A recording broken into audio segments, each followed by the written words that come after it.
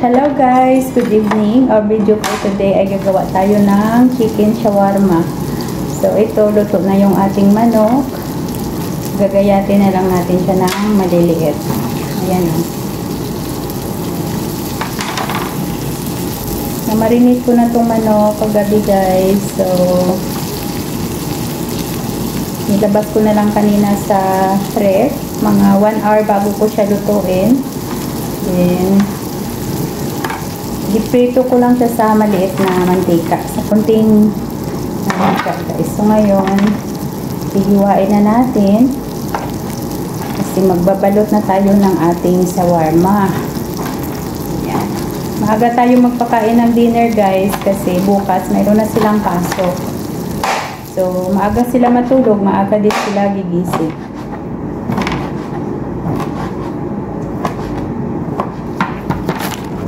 So, itong kubos ko guys, ang wrapper natin sa shawarma. Ako lang ang gumagawa nito. Ayan. Ang ginagawa ko guys ay flour. Dinilalagyan ko ng nido powder. Kunting asukal. Kunting asin. Nilalagyan ko ng yes. Then, lagyan natin ng tubig. Magawa tayo ng, ginagawa ko siya ng dough guys. Then, gagawin ko na siyang kubos. Ayan. Hindi ko na pinakita sa inyo ngayon guys kasi madami akong stock sa freezer. Pag kunti na lang, gumagawa ako ng isang pakete na 1 kilogram yata yan na flour. Then, ginagawa ko lahat ng wrapper.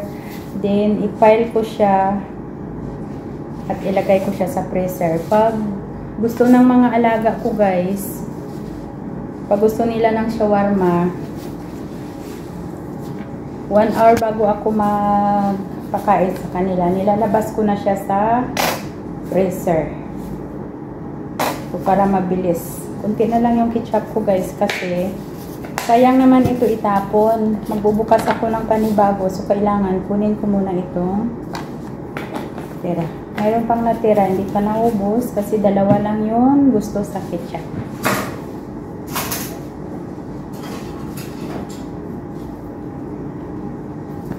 Magpakain na tayo ng ating alaga guys kasi magpasok sila ng maaga bukas.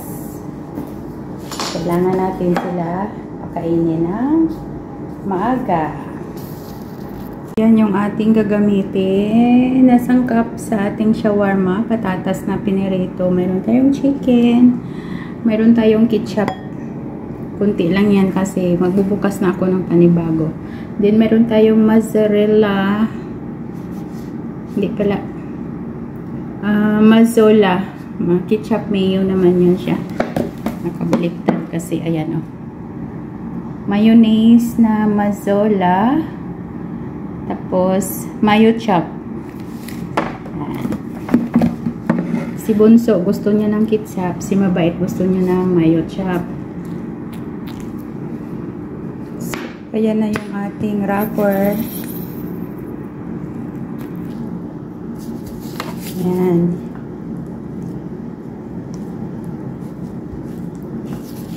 Tapos na natin lagyan ng mayonnaise.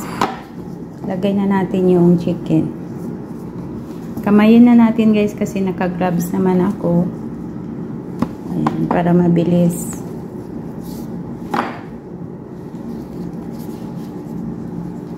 Then lalagyan natin ng patas.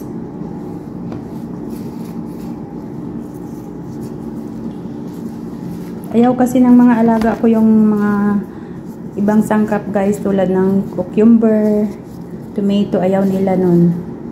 Ito lang ang gusto nila, patatas. Yan. Then, i-roll lang natin yan siya.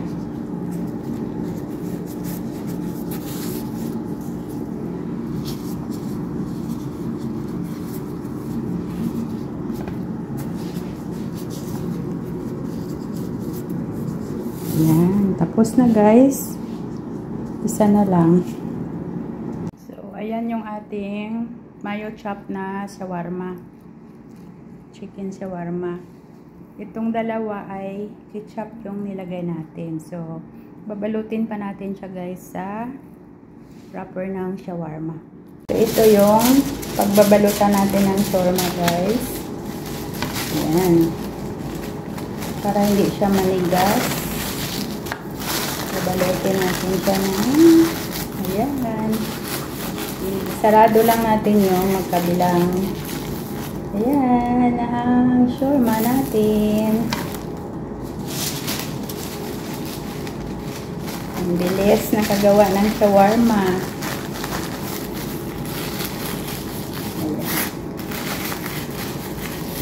Ayan. So, thank you for watching guys. I hope na may natutunan kayo.